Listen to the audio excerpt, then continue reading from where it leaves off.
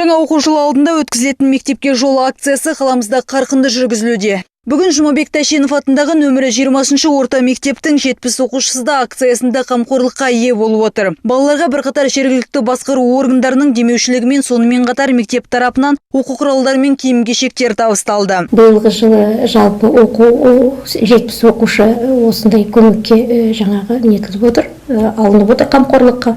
Оның ішінде ерекше атап өтетін болсам, 37 оқушыға биылғы жылы жергілікті басқарма тарапынан спонсорлық көмек көрсетіліп отыр.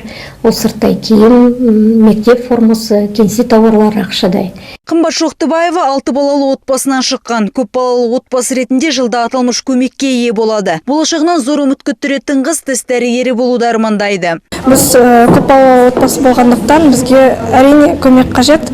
Себебі 6 баланы өсіру оңай емес.